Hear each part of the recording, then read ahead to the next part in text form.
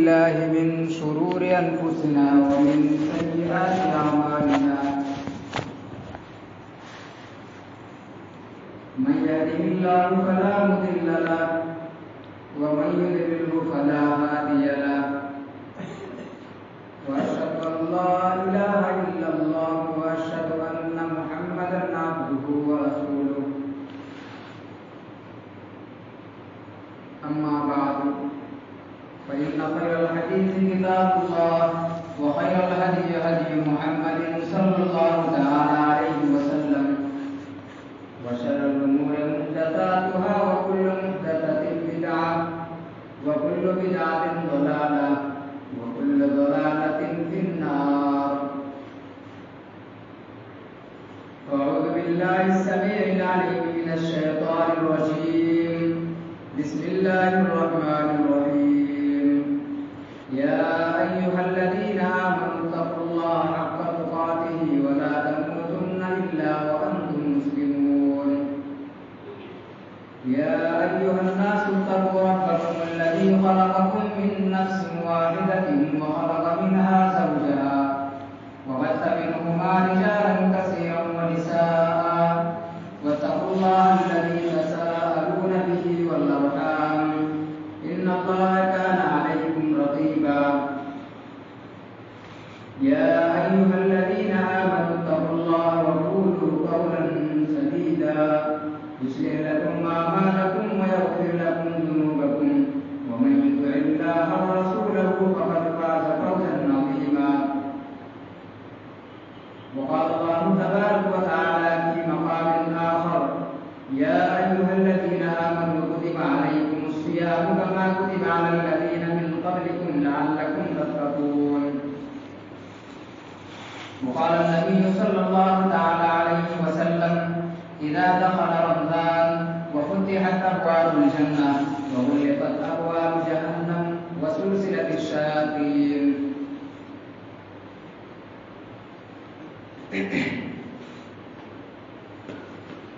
تمام قسم کی تعریف اس اللہ رب العالمین کے لیے جس نے ہم سبوں کو اس دائرے پانی کے اندر مبعوث فرمایا. بعد درود و سلام ہو تمام انبیاء کرام پر، خصوصاً بالخصوصیات ہمارے آخری نبی تاجدار مدنی احمد مجتبی جناب محمد رسول اللہ صلی اللہ تعالی علیہ وسلم پر،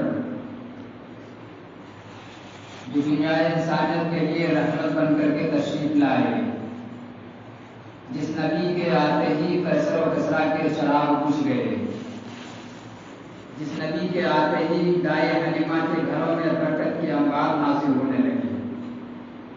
اللہم صلی علی محمد وعلی آل محمد كما صليت على إبراهيم وعلى آل إبراهيم إنك حميد مجيد. اللهم بارك على محمد وعلى آل محمد كما باركت على إبراهيم وعلى آل إبراهيم إنك حميد مجيد. حاضرین جمعہ،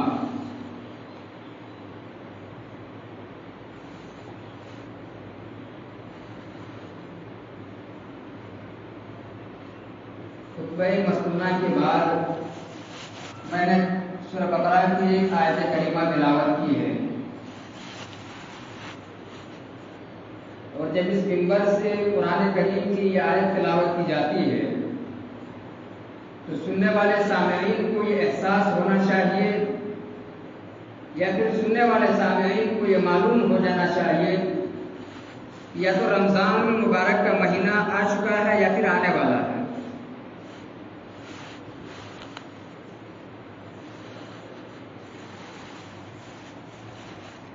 رمضان المبارک کے مہینے کا جو استقبال ہے، صحابہ کرام کا جو قول و عمل تھا، ہم اس کے تعلق سے جانیں. ہم سب سے پہلے اس چیز کو جاننے کی کوشش کریں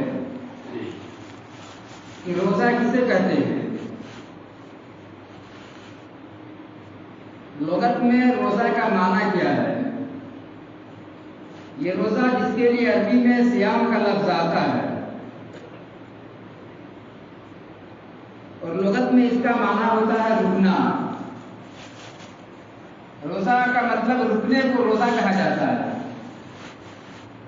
اور جو شریعت میں جو اصطلاحی جو تعریف ہے، اصطلاح میں جو اس کے معنی ہیں، وہ یہ کہ طلوع فجر سے غروب آفتاب تک ہر ان چیزوں کو چھوڑنا کہ جن کے کرنے سے روزہ ٹوٹ جاتا ہے. یعنی فجر کی نماز پڑھنے کے بعد مغرب کے اذان تک ہر وہ کام سے رکنا جن کے کرنے سے روزہ ٹوٹ جاتا ہے.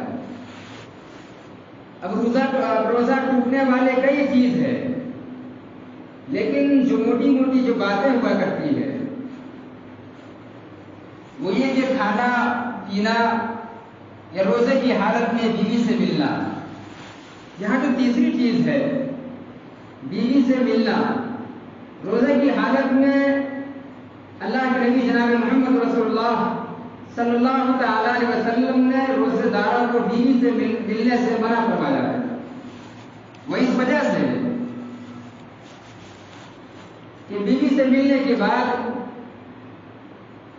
آپ شیطانی بہکاوٹ میں آ کر ایسے افعال کو انجام دیں کہ جس کے ذریعے آپ کا روزہ ٹوٹ جائے، تو ظاہر ہے جہاں نقصان ہو وہاں انسان جانے سے گریز کرے.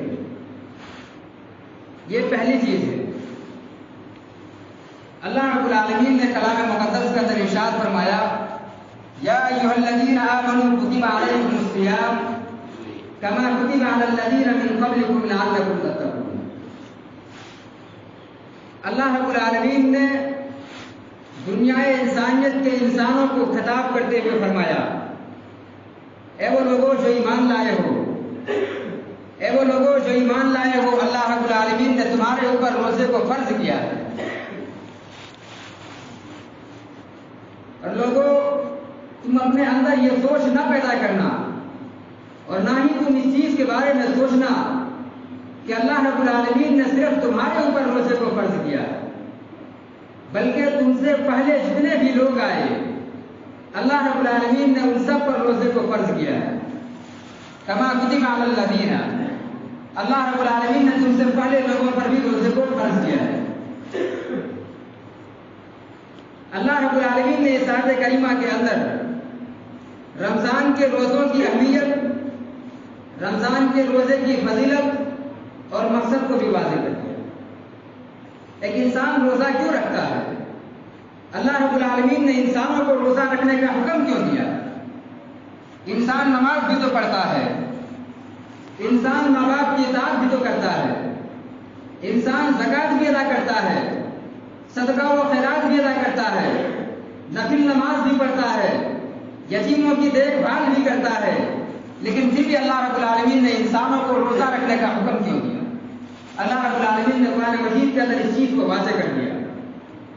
اللہ رب العالمین نے فرمایا لعلکم تتقون، تاکہ تم تقوی والے ہو جاؤ، تاکہ تمہارے دلوں میں اللہ رب العالمین کے لیے تمہارے دلوں میں ڈر ہو، انسان متقی بن جائے، انسان پرہیزگار بن جائے، برائی سے اپنے آپ کو بچائے رکھے، بے حیائی سے اپنے آپ کو دور رکھے. اللہ رب العالمین نے اس وجہ سے انسانوں کو روزہ رکھنے کا حکم دیا ہے.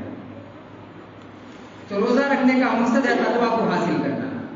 انسان جب روزہ رکھتا ہے تو اسے تقویٰ کی ڈگری حاصل ہوتا ہے. حاضرین جمعہ، اس رمضان کی کئی خصوصیات ہیں.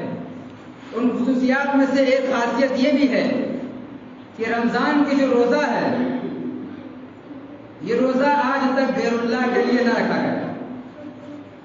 ہم آپ کو معلوم ہے کہ ذبح غیر اللہ کے لیے کیا گیا، قسمیں غیر اللہ کے لیے کھائی جاتی ہے، نذر و نیاز غیر اللہ کے لیے کیا جاتا ہے، لیکن رمضان کے مہینے کا جو روزہ ہے یہ صرف اللہ رب العالمین کے لیے رکھا جاتا ہے. انسان یہ روزہ صرف اور صرف اللہ رب العالمین کے لیے رکھتا ہے. یہ واحد عبادت ہے جو غیر اللہ کے لیے انجام نہیں دی جاتی ہے. اسی روزے میں ایک اہم بات یہ بھی ہے کہ اللہ رب العالمین نے اس روزے کے اجر کو قرآن مجید کے اندر واضح نہیں کیا. اللہ رب العالمین نے نماز پڑھنے والوں کا مقام بتا دیا. اللہ رب العالمین نے زکوٰۃ دینے والوں کو بتا دیا کہ اگر تم زکوٰۃ دو گے اللہ تمہیں یہ عطا کرے گا. اگر تم نماز پڑھو گے اللہ رب العالمین تمہیں یہ دے گا. اگر تم یتیموں کی دیکھ بھال کرو گے اللہ تعالیٰ تمہیں یہ دے گا. اللہ رب العالمین نے اس چیز کو بھی واضح کر دیا کہ اگر تم اللہ رب العالمین کے لیے ایک مسجد بناؤ گے تو اللہ رب العالمین تمہارے لیے جنت میں ایک گھر بنائے گا. لیکن روزہ ایک واحد عبادت ہے, ایک تنہا عبادت ہے کہ اللہ رب العالمین نے اس عبادت کے کرنے والوں کے لیے جو اجر رکھا ہے اس چیز کو واضح نہیں کیا. اللہ رب العالمین نے کہیں بھی نہیں کہا کہ روزہ رکھنے والوں کے لیے یہ اجر ہے. اللہ تعالیٰ نے اس چیز کو واضح نہیں کیا. روزہ رکھنے کا جو اجر ہے, جو ثواب ہے, جو بدلہ ہے, اللہ تعالیٰ نے اس چیز کو نہیں بتایا. اللہ رب العالمین نے کہا کہ میں اپنے بندوں کو یہ چیز اپنے ہاتھوں سے نوازوں گا. میرے عزیز ساتھیوں, اللہ رب العالمین نے اس چیز کو مخفی رکھا. ایک انسان روزہ رکھتا ہے, اعمال اور بھی ہے, مثلا نماز کا پڑھنا, زکوٰۃ دینا, یہ ساری چیزیں ریاکاری کے لیے کیا جا سکتا ہے, دکھاوے کے لیے کیا جا سکتا ہے. ظاہر ہے کہ انسان جو نماز نہیں پڑھتا لیکن جمعہ کے روز مسجد میں وہ نظر آتا ہے, ظاہر ہے وہ ریاکاری کے لیے آتا ہے, دکھاوے کے لیے آتا ہے, تاکہ معاشرے میں زندگی گزارنے والے لوگ مجھے کافروں میں نہ گردانے, تاکہ معاشرے میں رہنے والے لوگ میرا نام ظالموں کی فہرست میں اور کافروں کی فہرست میں نہ لیں. تو یہاں وہ ریاکاری کو انجام دیتا ہے. آپ نے کئی عالم دین کو دیکھا ہوگا جو ممبروں میں کھڑا ہو کر بڑے زور و شوق سے تقریر کرتے ہیں, لیکن بعض فروض اللہیت کے لیے بولتے ہیں, بعض اللہ رب العالمین کی رضا کے لیے بولتے ہیں, بعض اس چیز کے لیے بھی تقریر کرتے ہیں تاکہ دنیا میں اسے مقام ملے. تو انسان الگ الگ عبادتوں کو انجام دیتا ہے اور بعض عبادت میں وہ ریاکاری کو بھی انجام دیتا ہے. لیکن روزہ وہ واحد عبادت ہے کہ جس میں ریاکاری کے لیے کوئی جگہ نہیں. ایک انسان جب روزہ رکھتا ہے تو وہ خلوص اللہیت سے رکھتا ہے, وہ اللہ رب العالمین کے ڈر سے رکھتا ہے. اس روزے میں انسان ریاکاری کو انجام نہیں دیتا. یہی وجہ ہے کہ اللہ رب العالمین نے کہا روزہ رکھنے والوں کو میں اجر دوں گا. ایک انسان جب اعمال صالحہ کو انجام دیتا ہے اللہ تعالیٰ ان کی نیکیوں میں اضافہ کرتا ہے, 1 سے 10 حتیٰ کہ 700 گنا تک ان کی نیکیاں بڑھا دی جاتی ہے. لیکن روزہ رکھنے والوں کی اجر کو اللہ تعالیٰ نے واضح نہیں کیا. میرے عزیز ساتھیوں, اللہ رب العالمین نے رمضان کا جو روزہ ہے اس چیز کے تعلق سے کہا یہی وہ روزہ ہے جس کو میرے نبی نے بے مثال عمل قرار دیا ہے. اللہ کے نبی جناب محمد رسول اللہ صلی اللہ تعالی وسلم کے دربار میں ایک صحابی حاضر ہوا, حضرت ابو امامہ الباہلی رضی اللہ تعالیٰ عنہ. وہ صحابی رسول اللہ کے نبی جناب محمد رسول اللہ صلی اللہ تعالی وسلم کے دربار میں حاضر ہوا اور کہنے لگے, اے اللہ کے رسول, کوئی ایسا عمل بتائے جس عمل کو انجام دینے کے بعد اللہ رب العالمین کے تقرب کو حاصل کروں, اللہ رب العالمین کے خوشنودی کو حاصل کروں, اللہ رب العالمین کی رضامندی کو حاصل کروں, اللہ رب العالمین کی جنت کو حاصل کروں. اللہ کے نبی نے فرمایا, اے شخص علیہ کا سیام, اللہ رب العالمین نے تمہارے اوپر روزے کو فرض قرار دیا ہے. یہ روزہ وہ عمل ہے کہ اس روزے کے عمل کے برابر کوئی دوسرا عمل نہیں ہے. تم روزے کو رکھا کرو, اللہ رب العالمین کے لیے تم روزہ رکھو. اللہ تعالیٰ نے تمہارے اوپر روزے کو فرض قرار دیا ہے. جب تم روزے کو رکھو گے اللہ تعالیٰ تمہیں جنت عطا کرے گا, طرح طرح کی برائیوں سے تم محفوظ رہو گے, اعمال صالحہ کو انجام. میرے عزیز ساتھیوں, رمضان المبارک کے مہینے کی جو روزہ ہے اس کی اہمیت کے لیے ان تمام باتوں کو بیان نہ کر کے میں ایک حدیث بیان کر دینا ہی کافی ہے. اللہ کے نبی جناب محمد رسول اللہ صلی اللہ تعالی وسلم نے فرمایا کہ جنت کے 8 دروازے ہیں. صحابی رسول حضرت سالم بن عبداللہ بیان کرتے ہیں کہ آپ صلی اللہ علیہ وسلم نے فرمایا کہ جنت کے 8 دروازے ہیں. 8 دروازوں میں ایک دروازے کا نام باب الریان ہے. اللہ کے نبی فرماتے ہیں ایک دروازے کا نام باب الریان ہے جو صرف اور صرف اللہ رب العالمین نے روزے داروں کے لیے خاص کر دیا ہے. یہ وہ دروازہ ہے جس سے روزے دار داخل ہوں گے. کل قیامت کے روز جب اللہ رب العالمین کے حساب و کتاب کے بعد جب انسان اپنے ٹھکانے میں جانے لگیں گے، کل قیامت کے روز یہ باب الریان وہاں چیخ پڑیں گے، چلائیں گے، این الصائمون، این الصائمون، کہاں ہے روزے دار، این الصائمون، کہاں ہے روزے دار۔ یہ دروازے چیخ پڑیں گے، چلائیں گے روزے داروں کے لیے، وہ روزے دار جو دنیا میں روزہ رکھا کرتے ہیں، اللہ رب العالمین کی عبادتوں کو انجام دیتے ہیں، وہ کل قیامت کے روز اس دروازے سے داخل ہوں گے، باب الریان کے ذریعے وہ جنت میں داخل ہوں گے، پھر اس دروازے کو بند کر دیا جائے گا۔ جب سارے روزے دار باب الریان سے داخل ہو جائیں گے، اللہ رب العالمین پھر اس دروازے کو بند کر دے گا۔ میرے عزیز صاحب، یہ روزہ رکھنے والوں کا مقام ہے، یہ روزہ رکھنے والوں کا مقام ہے جو اللہ رب العالمین نے تیار کر رکھا ہے۔ حاضرین گرامی، یہی وہ مہینہ ہے کہ جس مہینے کی کئی خاصیتیں، کئی خصوصیات اللہ کے نبی جناب محمد رسول اللہ صلی اللہ علیہ وسلم نے بیان کیا ہے۔ انہی خصوصیات میں سے ایک خاصیت یہ ہے کہ یہی وہ رمضان کا مہینہ ہے جس مہینے میں قرآن کریم کا نزول ہوا ہے۔ یہی وہ رمضان کا مہینہ ہے جس میں اللہ رب العالمین نے قرآن مجید کو نازل کیا ہے۔ اللہ رب العالمین نے کلام مقدس کے اندر ارشاد فرمایا، شہر رمضان الذی انزل فیہ القرآن ھدی للناس۔ یہی وہ مہینہ ہے جس میں ہم نے قرآن کو نازل کیا، اور یہ قرآن وہ کتاب ہے جو پوری دنیا انسانیت کے لیے ہدایت ہے، جو پوری دنیا انسانیت کے لیے ہدایت کا شراب بن کر دنیا میں آیا۔ ھدی للناس، ہمارا کو معلوم ہونی چاہیے کہ ناس کے اندر سارے لوگ شامل ہیں، چاہے وہ مسلمان ہو، چاہے ہندو ہو، کرسچن ہو، یہودی ہو، ہر کوئی ناس میں شامل ہے۔ اللہ رب العالمین نے اس قرآن کو پوری دنیا انسانیت کے لیے ہدایت بنا کر دیا۔ حاضرین گرامی، یہی وہ قرآن ہے کہ جس قرآن کے پڑھنے والوں کے حق میں کل قیامت کے روز یہی وہ قرآن کریم ان کے حق میں شفاعت طلب کرے گا۔ یہی وہ قرآن ہے کہ جس کے پڑھنے والوں کا مقام اللہ رب العالمین کے یہاں بڑا بلند ہے۔ ہم قرآن کریم کی اہمیت کو جانیں، قرآن کریم کی فضیلت کو جانیں۔ یہ قرآن جو رمضان المبارک کے مہینے میں اللہ رب العالمین نے جس قرآن کو نازل کیا، اس قرآن کی اہمیت اور فضیلت کو ہم جاننے کی کوشش کریں۔ یہ قرآن جس مہینے میں نازل ہوا وہ رمضان کا مہینہ ہے، اور رمضان کا مہینہ تمام مہینوں میں سب سے بہتر اور افضل مہینہ ہے۔ یہ قرآن جس رات میں نازل ہوا ہے وہ رات تمام راتوں میں سب سے بہتر اور افضل رات ہے۔ یہ قرآن جس نبی پہ نازل ہوا ہے وہ نبی تمام نبیوں میں سب سے بہتر اور افضل نبی ہے، جو سید المرسلین شفیع المذنبین ہے، جو تمام نبیوں کے سردار ہے، جو دنیا انسانیت کے لیے رحمت للعالمین بنا کر کے بھیجا گیا۔ یہ قرآن جس فرشتے نے لے کر آیا ہے وہ فرشتہ تمام فرشتوں میں سب سے بہتر اور افضل فرشتہ ہے۔ اس سے بھی قرآن کریم کی اہمیت معلوم ہوتی ہے۔ یہی تو وجہ ہے کہ رمضان المبارک کے مہینے میں صحابہ کرام قرآن کی تلاوت کرتے تھے، انبیاء کرام قرآن کی تلاوت کرتے تھے، تبع تابعین قرآن کی تلاوت کرتے تھے، تابعین قرآن کو پڑھتے تھے۔ سلف صالحین کا یہ عمل رہا ہے کہ وہ رمضان کے مہینے میں بڑی زور و شور سے قرآن پڑھتے تھے۔ آج ضرورت اس بات کی ہے کہ ہم اور آپ رمضان کے مہینے میں قرآن کی تلاوت کریں، ہم اور آپ اس چیز کو سمجھیں کہ قرآن اس قدر عظیم نعمت ہے اللہ رب العالمین کی جانب سے۔ یہی وہ قرآن ہے کہ انسان جب آپس میں کسی مسئلے میں الجھ جاتا ہے، انسان جب مصیبت میں ہوتا ہے، انسان جب پریشانیوں میں ہوتا ہے، یہی وہ قرآن ہے جو انسانوں کو راستہ دکھاتا ہے۔ یہی وہ قرآن ہے جنہوں نے انسانیت کو جینا سکھایا۔ یہی وہ قرآن ہے جو انسان کو جہنم سے آزاد کر کے جنت میں داخل کرتا ہے۔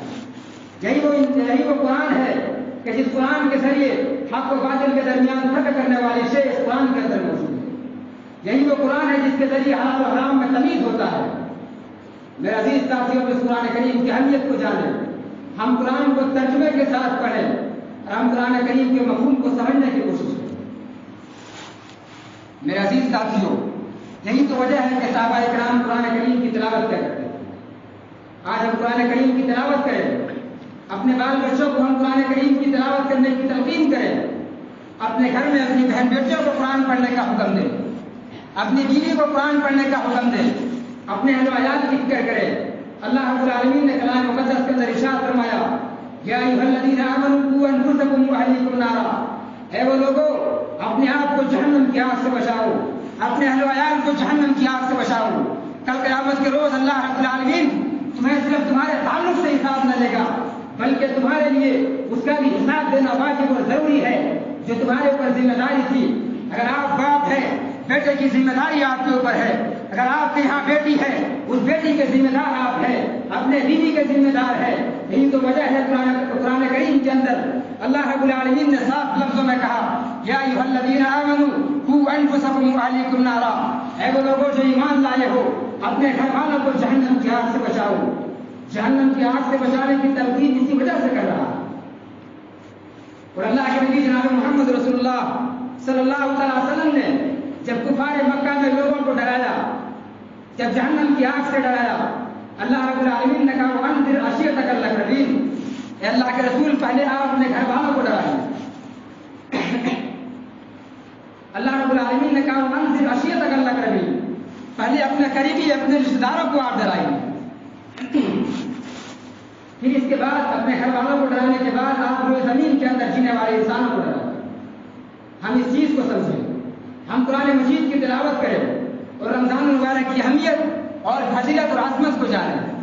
یاد رہے رمضان کے مہینے میں جو روزہ خور ہے، جو روزہ کو انجام نہیں دیتا، جو نمازوں کو نہیں پڑھتا،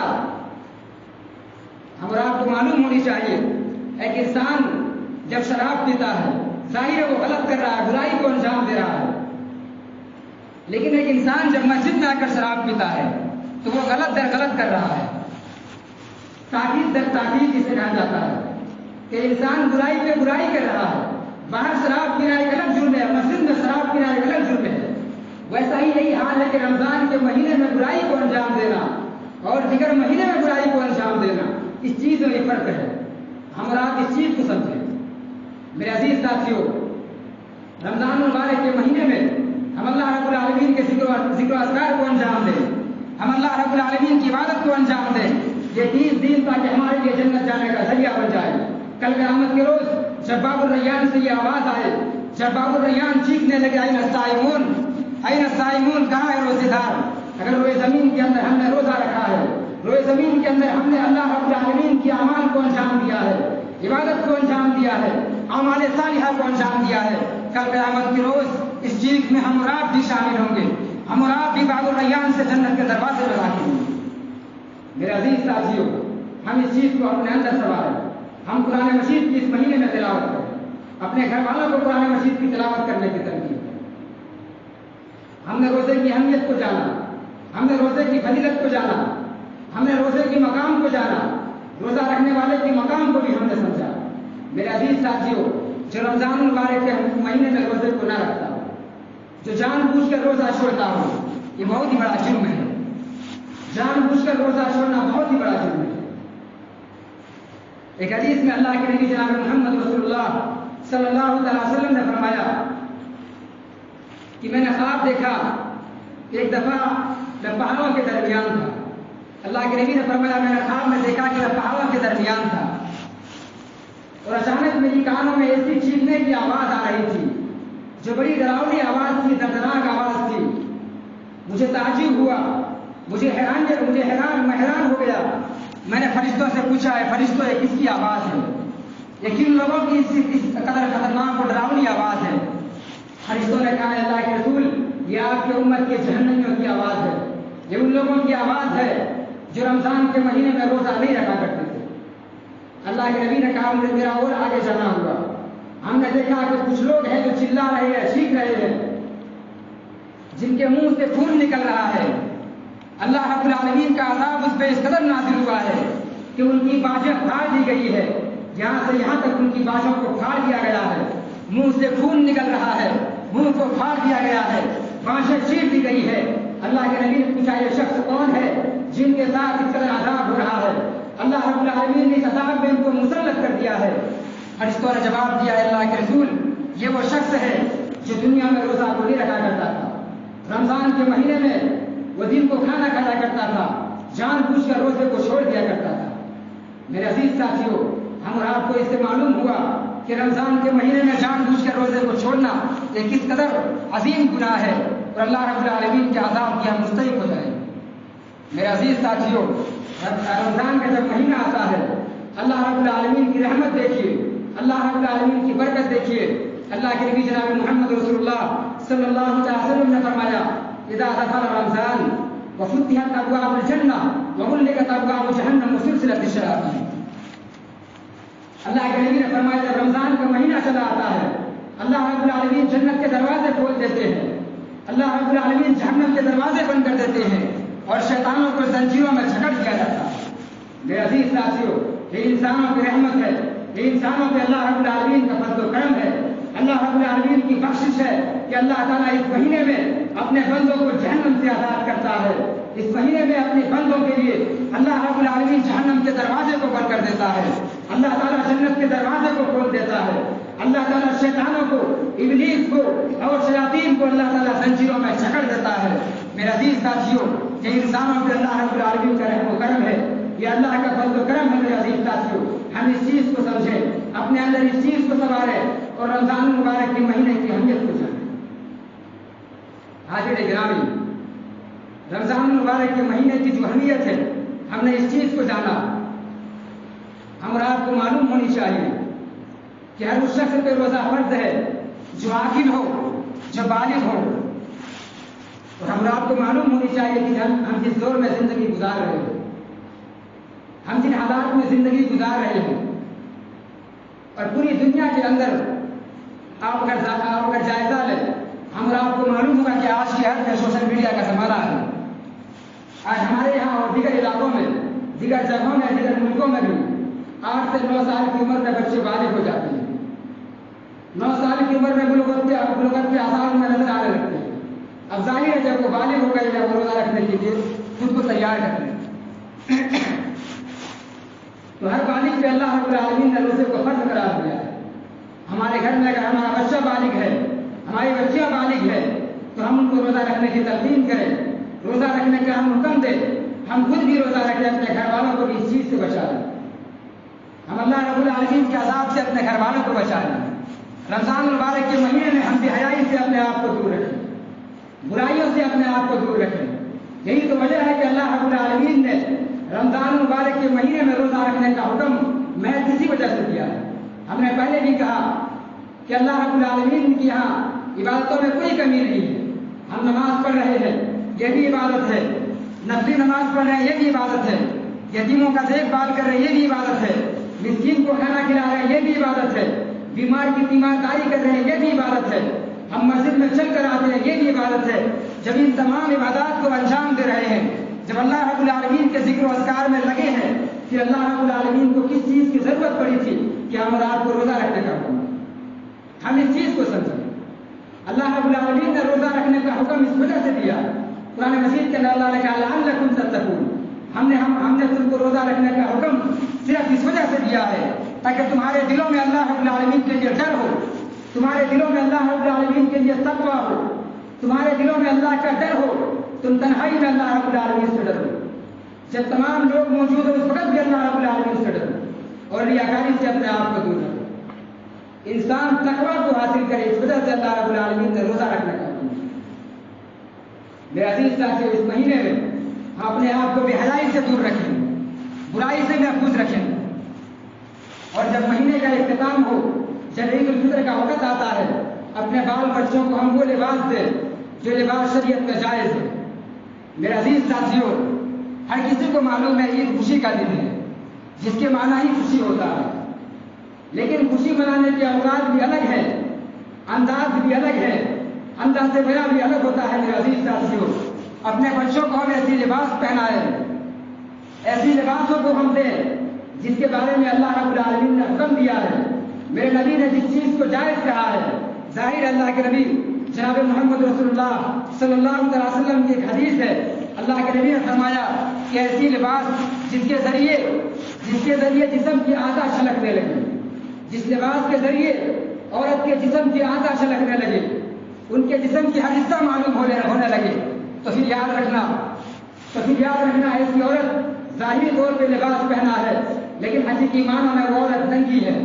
علماء کرام نے اس لباس کو مسلمان گھر کی عورتوں کے لباس نہیں کہا ہے، سلف صالحین نے اور جمہور محدثین نے اور ہندوستان کے اور دیگر ملکوں کے بڑے بڑے علماء کرام نے اس لباس کو مسلمان گھرانے کی لباس نہیں کہا ہے. معاف کیجیے گا، علماء کرام نے اس لباس کو طوائف کا لباس کہا ہے. یہ لباس مسلم گھرانے کی لباس نہیں بلکہ یہ رنجوں کی لباس کہا جاتا ہے. میرے عزیز ساتھیوں، ہر وہ لباس جس کے ذریعے جسم کی اعضاء سے رکھتے ہو، اللہ رب العالمین نے مردوں پہ بھی حرام کیا ہے، عورتوں پہ بھی حرام کیا ہے. جس لباس کے ذریعے انسان کے جسم کی اعضاء سے لگنے لگے، ہر حصہ معلوم ہونے لگے.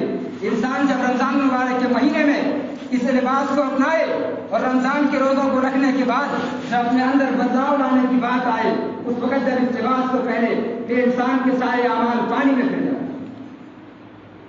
میرے عزیز ساتھیوں، ہم اس چیز کو سمجھیں، اپنے آپ کو ہم بے حیائی سے دور رکھیں. ہم رمضان کا استقبال ویسے ہی کریں جیسے صحابہ کرام کیا کرتے ہیں. اپنے دلوں کو ہم صاف کر لیں، ہمارے دلوں میں کیڑا کپٹ نہ ہو، ایک دوسرے کے لیے دلوں میں محبت ہو، ہمارے دلوں میں بغض و عداوت نہ ہو، نفرت نہ ہو.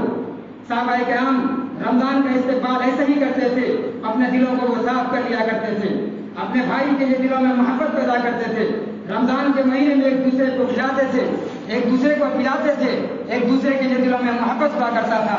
ہم بھی صحابہ کرام کے طرز عمل پہ زندگی گزارے، صحابہ کرام کے نقش قدم پہ زندگی گزارے، صحابہ کرام کے نقش قدم پہ چلنے کی کوشش کریں اور مصطفیٰ علیہ رحمت کے فرمان کے مطابق زندگی گزاریں. ہم اللہ رب العالمین کے بتائے ہوئے فرمان کے مطابق رمضان مبارک کے مہینے کا استقبال کریں اور رمضان مبارک کے مہینے کے روزوں کو اور ان کی اہمیت کو سمجھ کر قرآن مجید کی تلاوت کریں. آخر میں اللہ رب العالمین سے دعا ہے کہ العالمین ہم تمام مسلمانوں کو ان کئی باتوں پر عمل کرنے کی توفیق دے. العالمین ہم تمام مسلمانوں کو رمضان مبارک میں ڈھیر سارے عمل کرنے کی توفیق دے. العالمین ہم تمام مسلمانوں کو 5 وقت کی نماز پڑھنے کی توفیق دے. العالمین ہم میں سے جو بیمار ہے تو نے شفائے کاملہ واجلہ عطا فرما. آمین ثم آمین. ربنا تقبل منا انك انت السميع العليم واخر دعوانا الحمد لله رب العالمين.